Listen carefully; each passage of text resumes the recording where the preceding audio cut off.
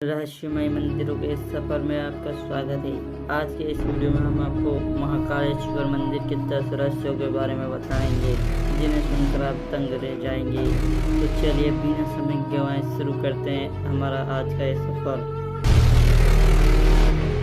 क्यों यहाँ रात नहीं बिताता कोई राजा या मंत्री? उज्जैन का एक ही राजा है और वह है महाकाल बाबा। विक्रमादित्य के शासन के बाद यहाँ कोई भी राजा रात में नहीं रुक सकता। जिसने भी यह दुस्साहस किया वह संकटों से घिरकर मारा गया। पौराणिक कथा और सिंहासन बत्तीसी की कथाओं के अनुसार राजा भोज के काल से ही यहाँ कोई राजा नहीं रुक सकता है। वर्तमान में भी कोई राजा या मुख्यमंत्री या प्रधानमंत्री यहाँ रात में नहीं रुक सकता। इससे जुड़े कई उदाहरण भी प्रसिद्ध हैं, जिनके बारे में आपको जानकर आश्चर्य होगा। एक बार देश के चौथे प्रधानमंत्री मोरारजी देसाई भी जब मंदिर के दर्शन करने के बाद रात में यहाँ रुके थे तो उनकी सरकार अगले ही दिन गिर गई थी। ऐसे ही कर्नाटक के मुख्यमंत्री बीएस येदियुरप्पा भी जब उज्जैन में रुके थे तो उन्हें कुछ ही दिनों के अंदर अपना इस्तीफा देना पड़ा। तो कुछ लोग के मुताबिक महाकाल बाबा ही इस शहर के राजा हैं और इनके अलावा कोई और राजा यहाँ रुक नहीं सकता। रहस्यमय श्री नागचंद्रेश्वर मंदिर। महाकालेश्वर मंदिर के बारे में तो आप सभी जानते ही होंगे, लेकिन आप में से शायद ही ऐसा कोई व्यक्ति होगा जो कि श्री नागचंद्रेश्वर मंदिर के बारे में जानता हो। वर्तमान में जो महाकालेश्वर ज्योतिर्लिंग है वह 3 खंडों में विभाजित है। निचले खंड में महाकालेश्वर, मध्य खंड में ओमकारेश्वर तथा ऊपरी खंड में श्री नागचंद्रेश्वर मंदिर स्थित है। इस मंदिर में नाग रक्षक की प्रतिमा के रूप में भगवान शिव पूरे परिवार सहित विराजमान है। आपको यह बात जानकर हैरानी होगी कि इस मंदिर के द्वार वर्ष में केवल एक बार खोले जाते हैं। आप केवल नागपंचमी के दिन ही इसके दर्शन कर सकते हैं।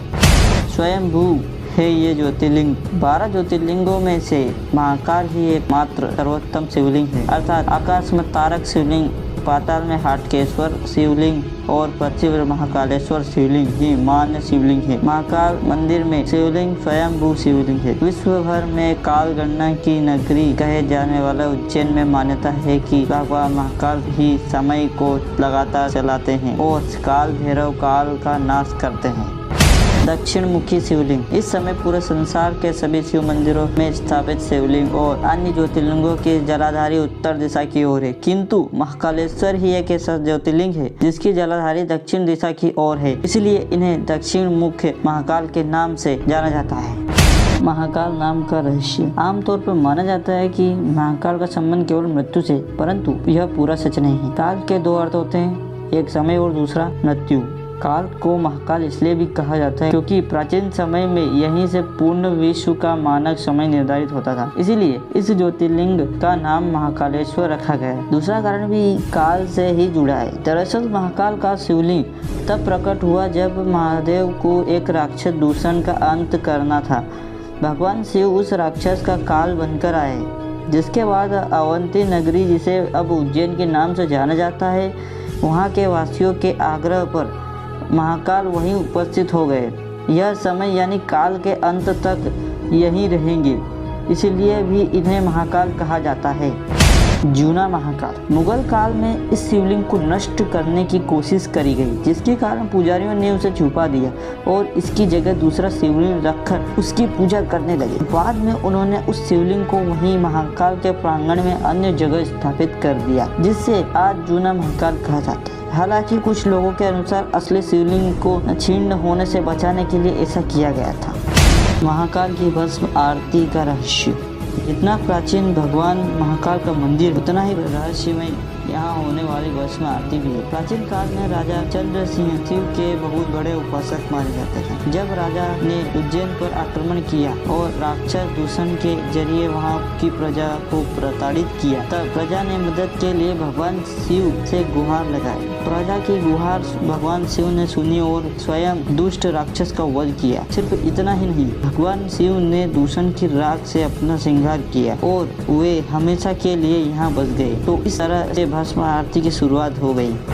चिता भस्म से की जाती थी आरती। यहाँ पर भगवान शिव के शिवलिंग पर चिता की ताजी भस्म से आरती की जाती थी और इसी से उनका श्रृंगार भी होता था। एक कथित कथा के अनुसार प्राचीन काल में प्रतिदिन एक मुर्दे की राख से भस्म आरती की जाती थी, परंतु एक बार उज्जैन के शमशान में कोई भी शव नहीं मिलने के कारण उस समय के पुजारी ने अपने ही पुत्र की बलि देकर चिता की राख से भस्म आरती की, जिससे भगवान महाकालेश्वर अत्यधिक प्रसन्न हुए। उन्होंने उस पुजारी के पुत्र को जीवन दान देते हुए कहा, आज से उनकी आरती कपिला गाय के गोबर से बने कंडों से की जाए। तब से आज तक यहाँ कपिला गाय के गोबर के कंडे, समी, पीपल, पलाश, बड़, अमलताश और बेर की लकड़ियों से को जलाकर तैयार किए गए भस्म से उनकी आरती नियमित रूप से की जाती है। मंदिर जहाँ भगवान को पिलाई जाती है मदिरा। मंदिर के गर्भगृह में एक गुफा है जो महाकाल मंदिर से जुड़ी हुई है, जहाँ भैरव बाबा का मंदिर स्थित है।